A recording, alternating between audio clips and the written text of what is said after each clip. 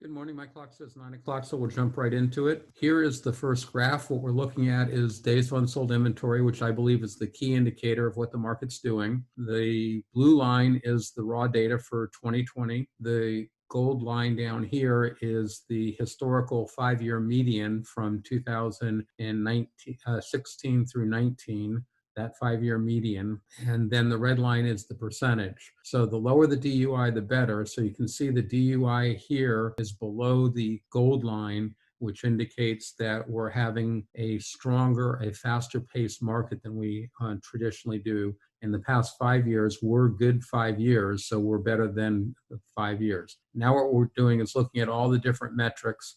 I did white out the expired listings, and that's, you can see the data here where it goes through the different lines and back over here. It's just all over the place. And the reason for that is back here with COVID-19 being announced, there was an awful lot of new cancellations. When those cancellations reach their expiration dates, they are now new expired listings, and the data is just irrelevant. So other than that, what you look at is you pick up your different things. So if you look at here, the blue line is the available inventory, and the available inventory is sitting there right at 100% of normal. So we have exactly the number of normal listings. If you look at the new listings, and this is new listings for the past week, the number of new listings is higher. It's about 122%, something like that, of what you'd expect it to be. That is some of the sellers, I suspect, that didn't put their house on the market earlier this year. I also think it might be some people that are selling their house to change to get a more appropriate house for sheltering in place. They may need a bigger office at home, that kind of stuff. So we're having more new listings coming on the market. But equally important is the gray line, which is right on top of it, is the number of new offers. So both the number of new listings and the number of new offers coming in on the marketplace in the past week are both up from normal, which just means the real estate market is having more transactions. They're both in balance. Everything's looking good. The number of closings, the yellow line, is also up, and that's just because the number of new offers has been up for some period of time. The number of new cancellations, the green line, it's right at 100% of normal. So basically, you're having a normal year with a little bit of extra volume, which is always appreciated. Now we're looking at the magnitude of overbidding. Again, this is the macro data for Santa Clara County, San Mateo County, single family and condo townhouses all combined into one product. That product doesn't exist, so this is sort of just a measure of how the overall market's doing. You can see that we're still climbing a little bit. We're up about 58% of the sellers are getting more than their asking price, and they're getting about 102.2%, I think it was, of their asking price. So quite a bit of sellers are getting more than their asking price, but just a little bit over. And the little bit over is a little bit lower than you might expect it to be, because you can see we were about 105% earlier in the year. But what I have found is every time the real estate market gets hit by something, buyers are more conservative on the amount of overbidding, and that's why that number is lower than normal. Now we're changing a little bit, and each line represents a week. And so what we have is the red line is the current week, and now this red line pulled out from the pack. So we're had just had the closings in the past week were the best, the most aggressive for the sellers. So the more sellers got over their asking price and a higher percentage. And that's why the red line is moving up and to the right compared to the other lines. And the concept here is I took the past 20 weeks and plotted them, and the most recent 8 weeks are solid lines. The next most recent weeks are dashed lines, and then the oldest 4 weeks are dotted lines. The other 4 weeks of dotted lines, so that would be this one, September, the best 17 that September we've ever had, and then the best month we ever had, which was April of 2018. And conversely, the worst September is the second in blue line, which was September of 2001. And the lowest line is the worst month we ever had, which was December of 2001. So that gives you the extremes of where we are. And compared to where we've been in the last 20 weeks, we are having the best month. And again, the best month determined by how many sellers and the magnitude of the overbidding that they're receiving. And now this is the exact same data, but to clean it up a little bit, it's only the past 12 weeks. So you can see how in the past 12 weeks, the red line has pulled out quite a bit, which indicates more sellers are getting a higher percentage of overbidding. And how you read this graph right here is right here, 45% off of the x-axis come up here and you pull up maybe 102%. So 45% of the sellers are getting 102% or more over their asking price. You come back here, this is 15%. So 15% of the sellers are getting about 108, 109% of their asking price.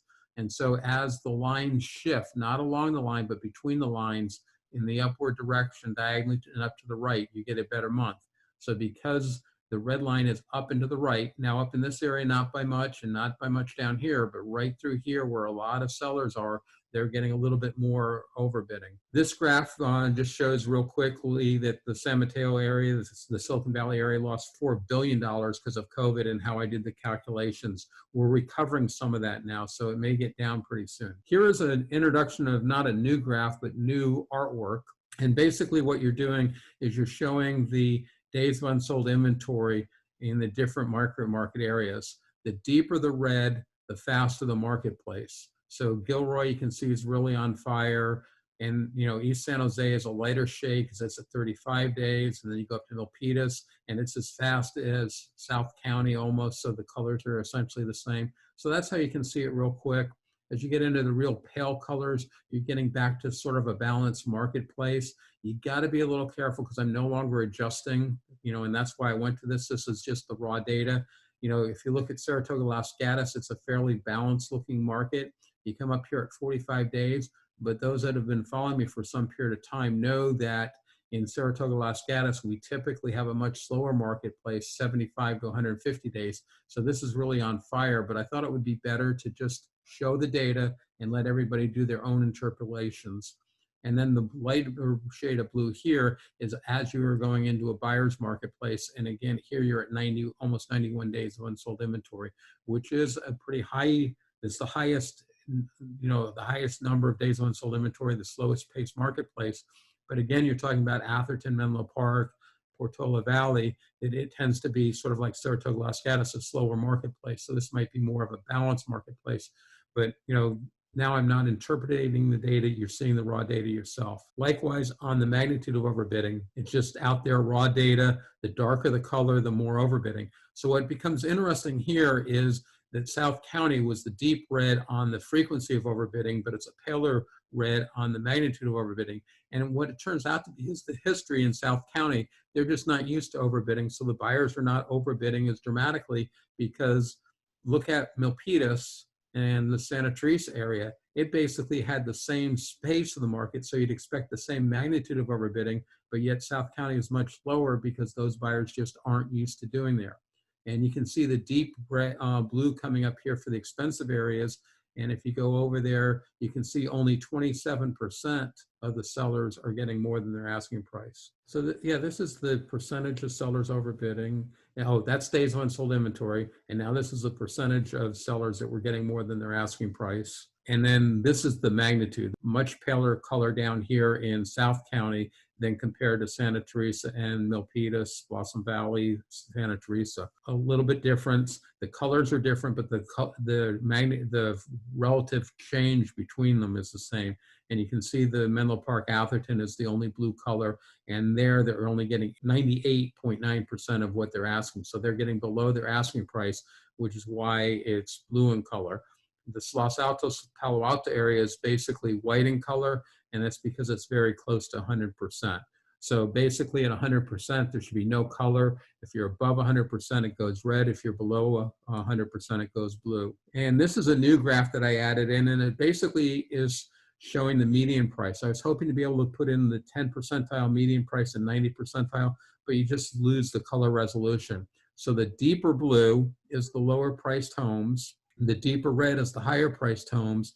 And as you go between them, you pick whatever area. So if you have someone that's, can barely afford anything, the deep blue areas are where they're going to be able to buy a house. If they have a lot of money, they might want to be up in the red areas. The whitish area here in the Bay Cities and the Redwood City area is sort of the median price for the given week. And that just gives you an idea where a client might be able to find a little bit more house, or if someone's on a set budget, they'll get more house for the money in this area, a little less here, a lot less here, and way less in the expensive areas right here in Atherton, Menlo Park. For example, if someone had $2 million, they could come over and buy almost any house in this area, but you go up here in the deep red area and they could buy almost nothing. So it's just an interesting chart. And that does the executive summary. I'll open it up for questions before I'll go into it for a little bit more detail. Did anyone have any questions that they wanted to ask? What we're looking at now is the number of active listings that are on the marketplace that do not have an underlying offer on them. Same as one of the first slides we showed, where the blue line is the raw data for this week. The gold line is the 5-year median, and the red line is the horizontal. And so, basically when the red line is on the red line horizontal, you're having a completely normal year.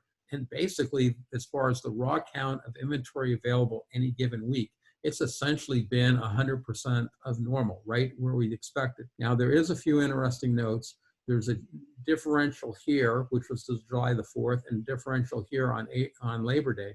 Basically, with shelter in place, people aren't traveling, so they're not doing the slowdown going into the holiday, making up for it after. They're just cruising through like the holiday didn't even exist. This is going on in the number of new listings. So this is just the number of new listings coming on the marketplace in the last week. And just for disclosure purposes, this last data point, and this is going to be for all the slides going forward that are like this, I do a fudge factor for the current week's data. And the reason I'm doing a fudge factor, which I resist doing, is I'm trying to give you, I am giving you data up through midnight last night. And some people are going to be listing a home later today that really has a list date of yesterday. They're not included. So I'm adding in to try to compensate that. Next week, I replot this week's data, and I do that for 3 times. So the first is a fudge factor, then you have 3 data points with the real data point, the real data without being adjusted. Here you're having some shifts in the holiday, and this is a little bit more complicated because Labor Day was as late as it possibly could be this year. Showed up a week later than it normally does, because basically I take my first full week of the year, and that's week number 1, and now we're in week number 38 from the beginning of the year. So you have a little fluctuation like that, but there's only so much adjustment you can do without fudging it. The 10 weeks was the shelter in place. So you can see the number of new listings right after shelter in place dramatically reduced. Right as we got into the point where we could show occupied homes, we returned to normal. Here are the number of new accepted offers. Same concept, huge drop right after shelter in place was announced. We came back. You can see right now, basically week 24 to week 38, we've been at or above the number of offers accepted. And again, we're using a 5-year median from 19, 18, 17, 16, and 15. Those were 5 great years. So we're having a better year than 5 great years. Now, it may not be the best year out of it because I'm using the median of those 5 years to try to stabilize the benchmark. But again, it's a great year. Now you're looking at the number of closings, much more normal. But again, you can see the red line is mostly above the red horizontal. So more often than not, we're closing more homes in the 5-week median. We're not making up for this big shortage here of escrows that never happened. And I'm not sure we're going to, because these little peaks here take a long time to make up for the chasm of that drop here. Depending on how you look at it, the red curved line should have been at the red horizontal line, or what we lost was the difference between the blue data, the actual raw data, and the benchmark, the 5-year median. And you can see it started back here. And the reason it would have started back here, even though shelter in place was announced here, is you had a couple more transactions that failed to close and never got reported. And so it impacted data going back just a couple days, a couple weeks because of that delay factor. And an interesting note that I picked up is listing agents are much better at reporting a new listing and a sale than they are closings. And and a listing I could understand it's on the market. I had a hard time understanding the sale. And then someone shared with me because they're tired of the buyer's agents calling up to show the property when the property is already sold. But when a property is closed, people are usually calling and bothering the listing agent. So the lag time is much greater on closings. And then the number of new expired listings, again, for the most part, this data is garbage, in my opinion. It's above the normal, so I'll point that out. But the reason I say it's garbage is the number of withdrawn listings here became expired listings here, and we're double counting them. Now it's encouraging that just the last week or two we've been below normal. I expect it to shoot up above normal at the end of the month. And then, as we get past 6 months, this will have a lot less impact and will become more meaningful going forward. Here are the number of cancellations. Cancellations are a small marketplace. You can read that over here. And some people might argue 60, isn't that small out of 2,000 listings? But you can see it's exactly what we do in the 5-year median, which are 5 good years. And if you're having a good year, you really don't expect sellers to be canceling listings. And withdrawn listings, you'll notice the absence of the historical data. And that's simply because when the expiration date arrives, it becomes an expired listing and no longer is a withdrawn listing. So you can't get the data for the past 5 years. Now we're going to go and give you a little time slot. And what we're doing here is we're going to step through. We're going back 5 weeks, which is actually 29 days, and then we're going to step through and show you. And I think I got the scale pretty well, so it's going to be like a flip movie where you'll see the color change from week to week, and you can come back and look at any given data point that you want. So I'll just this is August 29th, and we're going to jump through a week at a time coming forward. So there's September the 5th, there's September the 12th, the 19th, and the 26th. So you can see the colors change, not dramatically, but that just shows as the data got better or worse. And again, the concept is exactly the same. The lighter shade of red means you're getting 60% overbids, where the Milpitas area is getting 69% of the overbids. So I believe what I did was just set at 50, we're in a balanced market. As you go below that, you start going into a buyer's marketplace. Now, granted, you're not in a buyer's marketplace at 48%, but this is a way to shade. Going into red color from 50 to 35 was basically white in color, and below 35, we were going into blue. And I can verify that and talk more about that next week, because the blue at 24, and because you're at a lower scale, you go into the blue more rapidly than you go into the red, because red could go all the way up to 100%. There's an algorithm behind it, but if the concept is the same. Basically, a white color is around 50%. As you go into the reds, you're above 50%. As you go into the blues, you're below 50%. Now we're shifting into days of unsold inventory. Again, the same concept. Here, we're looking at how quickly would it take to sell all the existing inventory. The red colors are a fast-paced marketplace. You can see right now that the Milpitas area is right now outdoing South County. We'd outsell everything in 19 days in Milpitas, which is just unbelievable. And if you look at this whole area, there isn't much change in the red. And that's because once you get down under 25 days, I'm coloring everything the same, because that's just a red intense marketplace and really doesn't change much. So from 25 days to 50 days of unsold inventory is where the color changes. Below 25, it doesn't. And above some number, it stops changing as well. And I forgot what that number is, but basically from 50 to 70, I think, is white in color. And then from 70 to probably about 120, it starts going blue in color. Here at 87, you're not an intense blue color, but you're blue to some degree. Now we'll step through, because this, again, is for essentially 5 Saturdays ago, 4 Saturdays ago, 3 Saturdays ago, 2 Saturdays ago. And it looks like I didn't change the date. And what happened here is I can't change the date. I didn't change the date. I could have. My color map did not work out. So the color is the same as this week, but the data over here reflects it, and there's no change. So that it's just a change in the graph. And this was my first week playing with this. I will get better for next week. And this data I did not update, and I will probably delete it unless someone tells me why they like this.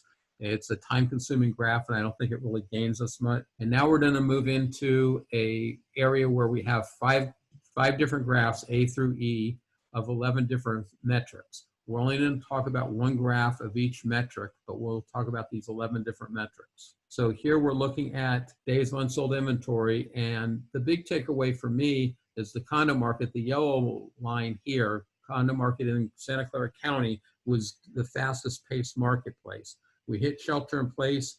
It got to be the slowest by quite a bit, and now it's the slowest afterwards.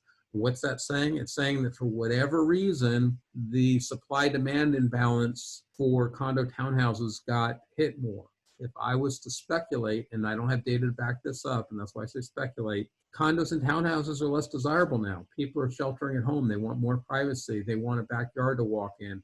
They don't want to hear a neighbor through a wall. And then if you look at the single family homes after and before, they're relatively unchanged and doing essentially the same as they were before. So the single family market hasn't really changed at all. It changed during shelter in place, but, and this is the market slowing down. The very end of the worst of the market was right at the end of April, and I think it was May 1st where we could start showing properties. Once we could show properties, you could see the steady increase.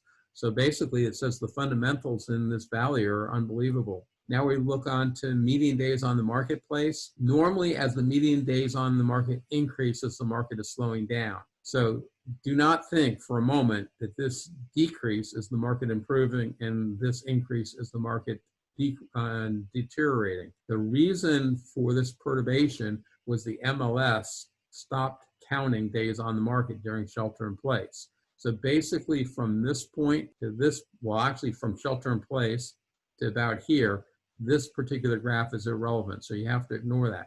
So what can we learn from the graph? We basically can see we went from a median days on market at or below 10 to at or above 10. And so basically listing agents are giving a property a little bit longer to sell. If you had a property on the market and you got 100 people through on an open house on Saturday and another 100 groups of people through on Sunday, you've had 200 groups of people through, you felt comfortable, you reached the bulk of the marketplace. Now with after sending appointments, even if you have an appointment every half hour, you're only getting about 20 people through a day. So you need 10 days just to get the same amount of activity. Now, what's happened is we've gotten a lot of the looky-loos out of the marketplace. A lot of the buyers are weeding out their properties and not looking at as many homes before they want to get out there and look at the property. They're respecting the shelter in place. Here we're looking at the total available inventory. Here we're seeing all the different micro markets. We can use this graph because the big micro markets county-wide data jumps out because it's the larger volume. And again, it's noteworthy, condos, the yellow line in Santa Clara County, were roughly the same number as the single family homes in San Mateo County before shelter in place. After, there's way more condos. So this tells you that more condo owners are trying to sell their property for whatever reason as a result of shelter in place. Other than that, there's nothing too remarkable about this. There is more inventory now in both San Mateo County and Santa Clara County. Probably the most notable thing, in my opinion, is the decrease. Normally the market peaks around July 19th, and it peaked, but it isn't falling off. So that's saying that we're having more listings. And in fact, I think it was last week, during the week that ended last week, we had more new listings of any other week we've had in the entire year, which is not the normal pattern. I don't think it's a problem because we're having the buyers to pick up for it, but it does deem keeping an eye on. Here's the number of new offers. This is very interesting because the 5 weeks before Memorial Day, the end of May, is normally the best. Now, I wouldn't have expected that to happen this year because 5 weeks before Memorial Day was into April when we were still having shelter in place. But normally this number starts dropping off. And you can see it's absolutely level. So, buyers are not going away. Buyers are not satisfied. Buyers can't find the property they want, but as soon as it comes on the market, they're buying. And if you look, this last data point right here is going to be the highest. So instead of the 5 weeks before Labor Day being Memorial Day being the highest, we're rapidly approaching October 1st and having the most number of sales with no indication that it's letting up. There's a chance that this week we may set a higher record because a week ago we had the highest number of new listings. That may result in more sales. We'll find out next week. Number of closed transactions, again, it's going to be similar to the number of new offers but delayed. So you can see that after shelter in place, it continued to go up and then it came down, not as much, partially because closings are grouped differently, so they get spread out. So a market insult doesn't impact closings as dramatically. And you can see we're basically having the high number of closings for the year. I don't normally know off the top of my head when the number of high closings happen, but I'd expect it to be about 30 days after the end of May. So basically, the end of June, the beginning of July, right around July 4th. Now, obviously, it's not going to be in July 4th, and so it may get dispersed out a little bit more. This is the frequency of overbidding, and you can see that the frequency of overbidding was the lowest for condos. Now, it's interesting, here, it's actually doing fairly well. So even though the condo market is slower, the amount of overbidding, the frequency of overbidding has improved. And I would not expect that. Don't have an explanation for you. But you can see the relative nature of the three are roughly the same. You can see that here, going into shelter in place, we were somewhere around 45%. We're now somewhere around both sides of 60, Santa Clara County about 62%. San Mateo County about 57%. Yes, it's higher, but it's a better time of the year. We're not where we were when shelter in place was basically impacted the offers. Now, just to make it clear, overbidding requires sale price. So I have to wait for the escrows to close. So even though shelter in place was announced here, these offers were negotiated before shelter in place occurred. Moving on to the magnitude of overbidding. And here you can clearly see it. Even though the frequency is up, the magnitude of overbidding is down significantly. And again, I see this every time we have an insult, whether it be 9/11, whether it be the 2007 recession. Coming out of an insult to the marketplace, buyers are more reserved on how much they're willing to overbid. So the magnitude of overbidding gets reduced. And that's why we're somewhere down here around 102%, maybe 102.8%. We're below 103%. And we've been as high as 112%. So not recently, 112% in Santa Clara County. Here we were only at 105%, but I would have expected this number to keep climbing. And you can't use this number for any particular listing if you're trying to represent a buyer or if you are a buyer. And you also have to be careful because I include the transactions that sell for under asking price. So if I was to simply show the average of the overbidding, this number would jump up because what I'm doing is showing the average of all transactions. So a transaction selling at 83% of ask price, which did happen, is outweighing is being balanced out by a property that sold at 139% of asking price. Here is the lowest end of the marketplace on what I call the 10 percentile. This is the cheapest 10% in the different counties. So Santa Clara County condos, Santa Clara County single family, and San Mateo County. In all of them, basically, there has been no price fluctuation. And I really wouldn't expect that in the single family marketplace because it's doing so well. But it does surprise me that there really doesn't appear to be a price correction on the condo marketplace, even with it being significantly slower. So that says that sellers must be happy with the pace of the marketplace. Here is the 50 percentile. Again, really no change in the price. In Santa Clara County, we may have seen the peak. You can see right here, this is the gray line is the y-axis drawn out, and that's at 1.4 million. So you can see we've been basically at 1.4 million, but we were up here. I think we got up to 1.430, 1,430,000. And right now, I think the number was 1,405,000. So we've come down $25,000.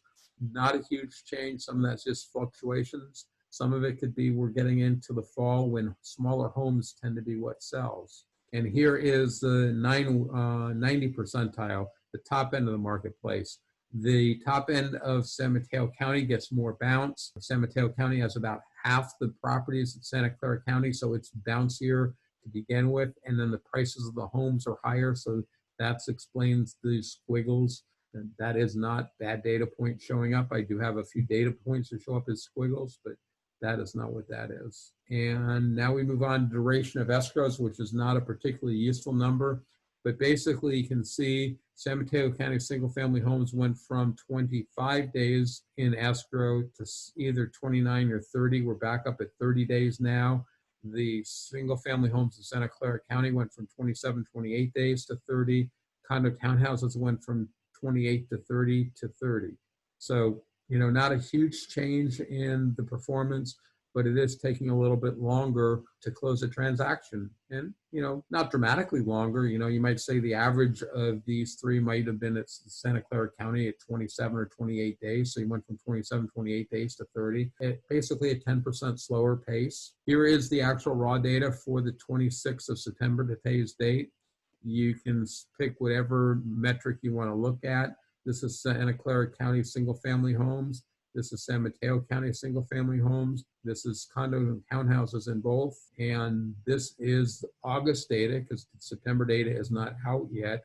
And it shows the key data is highlighted and where we compare now. And that sort of wraps it up. For those that were looking for the handout, I was having problems with my new graphics, so they were not yet posted. I will post that. So you should be able to download it probably in about 5-10 minutes. This should have been 2026 for the archive of this session. To get to my YouTube channel with all the archives, just do to the teeny URL, RE Market Graphs, and you get to all of them. If you want a particular session, you put in the date. So for today's, you put in 2020-09-26. The handout will be posted later, and future meetings are at that URL. With that, I'm open for any questions. Lily, you unmuted yourself. Go ahead. Hi, Richard. Yeah, I think the graph that the new graph looks very nice. Thank you. But I have questions that you showed us, like the first 3 graphs, and then on the page 23, and then you start to show similar graphs. I think the difference is that the front ones are only for 1 week, right? Let me go back and make sure. Yeah. Macro data, if it's labeled macro data, it's for 1 week, and it's combining single family, condo, townhouses. What slide numbers did you want to look at? Okay, this one is page 23, and this group, I think it is based on 5 weeks. This is based on 5 weeks, and it says so up here, closing past 5 weeks. Right. And so, then yes. How about the front ones? The front ones are on 1 week. So okay. The concept is, the whole purpose of this meeting is to give people like this is based on 1 week. Okay. See up here, right where the cursor is? Right, and then where the maps after this? This? Yeah, right here, yeah. No, this is 5 week data. Okay, so it's the same, right? It's this. 23, and then the first one. Okay, this very first one here doesn't count because that's left over from last week. I didn't have time. Okay. So this graph, there's no map, so it's 1 week data. Right. Okay. And so I do all 1 week data. Now this is page 5. The historical data here is 5 weeks. So these outlining ones on both sides are 5 weeks, but all these are 1 week data. Okay, and then after that. Okay, this one, is this the page 23? No, this is page 8. Okay, so this one, yeah, I'm just a little confused about this one compared with the page 23. It's probably the same. Maybe what I can do is explain it this way. This graph and this data is 5 week data because I do not do this detail for 1 week data. It would be meaningful. Okay, so you showed us the same ones. So this is all 5 week data here, but now, and this would be 5 week data. Okay. Actually. Okay, no, yeah, I think you showed us twice. That's why I was a little confused. Well, that means I'm confused. I'm just trying to think of what how I'm processed. I changed over, and I had major trouble this morning processing this, but I suspect this is 5 week data. So I agree. The concept here is I'm coming up with weekly data to show any indications of the market shifting, and then I'm hitting the important 5 week data to give people some metrics. Right. And then I go into the stuff in more detail. Yeah. And so I did not mean to repeat myself, and if I did, I will try to correct that for next week. No, I think that the maps are the same, but then I think I have 5 week data in there twice, not realizing I moved it. Yeah. Okay. Well, I just want to be clear about that because.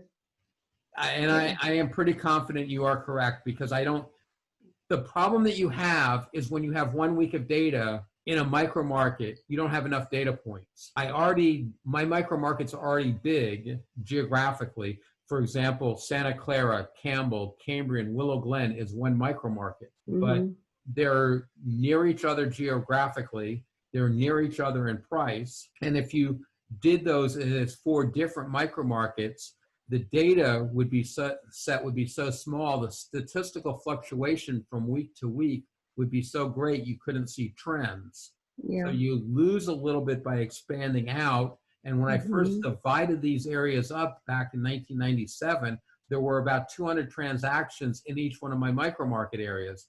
And with 7 micro markets for Santa Clara County, that was 1,400 transactions. And we were selling about 1,800 transactions. So I had it just about perfect. Now we're only selling about 800-900 transactions. So now I'm below my threshold of wanting 200 data points. And if I did it any smaller, it would just become garbage. Yeah, because the maps looks very nice because I like the different colors. Yeah, I think the maps are a huge improvement. That's why I did it. I'm using a vendor that's in beta testing, so I haven't got all the quirks worked out. I also thought I had it worked out, and this morning I had major problems, but it's a learning curve. I mean, the thing that amazes me, this is week 38. We started at week 10, so we've been in this we've been in this for 28 weeks. Yes. I started these things about week number 3, I think, maybe even week number 2. So I've been doing them for something like 25 weeks now, and I'm still tweaking my presentation. And I'll be the first one to argue that this macro data stuff is data that I would argue before shelter in place was totally meaningless. That was the whole reason I went to micro data was macro data. You can't assume that all boats are rising with the tide. But again, what we're looking for, I don't think anyone expected the real estate market to come out of COVID stronger than it went into COVID. And that's essentially what's happened. We lost volume, during COVID. We're making that volume back up. The frequency of overbidding is the same, if not higher. Now, what we did lose is we lost the buyer's confidence. So instead of paying 110% over asking price now, they're only paying 103% over asking price. Yeah. So we have lost some value from that point of view. But I think what we're really having is a shift. And when you start looking at it, South County is on fire when it's normally a sleepy place because people are willing to commute. Where we're losing it is in Menlo Park, Atherton, Los Altos, where people were paying a premium. So I think we're having a shift, but we had so much pent-up demand. As people shift, the people that weren't able to buy are now able to come in and buy a property. It's a good opportunity for there's actually so much demand. It's actually tough out there. It's tough to get an offer accepted when you're representing a buyer or if you are a buyer. Yeah, but it's interesting. The Milpitas is more stronger than the South County. On days on sold inventory, Milpitas is faster, with the lower number, which is a faster marketplace. Yeah. But the overbidding in Milpitas is higher. Yeah. And with that, we're just about out of time, so I don't want to cut you off. Good. Well, thank you so much, Richard. Thanks for joining me. See you next week, and I'll try to improve those new graphs since I think I liked them, and I'm glad to hear you liked them as well.